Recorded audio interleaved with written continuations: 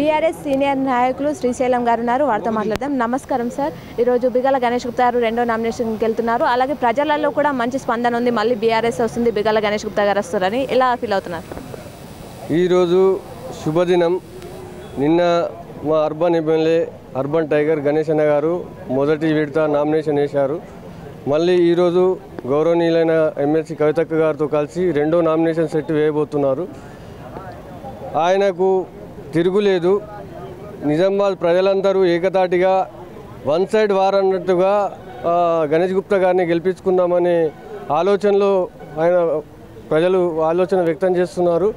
మరి ప్రజలందరికీ ఒకటే కోరేది ఏంటంటే, గణేష్ అన్న గారు 2 సార్లు భారీ మేయర్గా ప్రజలందరూ గెలిపించారు. ఈసారి కూడా భారీ మేయర్తో గెలిపిస్తే మన నగరం ఇంకా సుందరీకరణగా తయారవుతుంది. ఎందుకంటే మన గవర్నమెంట్ వచ్చిన తర్వాత మన కేసీఆర్ గారు ఎన్నో పథకాలని పెట్టినాడు. ప్రజలు కూడా ఎంతో సంతోషిస్తున్నారు. కాబట్టి ఈసారి కూడా గణేష్ అన్న గారిని భారీ మేయర్తో గెలిపించాలని ప్రజలకు మా యొక్క విజ్ఞప్తి చేస్తున్నాం.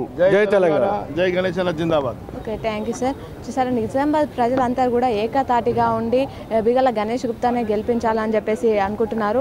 ప్రజలందరికీ కూడా విజ్ఞప్తి చేస్తున్నారు. మళ్ళీ గణేష్ అన్నను గెలిపించాలని చెప్పేసి బీఆర్ఎస్ కార్యకర్తలందరూ కూడా విజ్ఞప్తి చేస్తున్నారు. మరికొందరు నాయకులతో కార్యకర్తలతో మాట్లాడించే ప్రయత్నం చేద్దాం.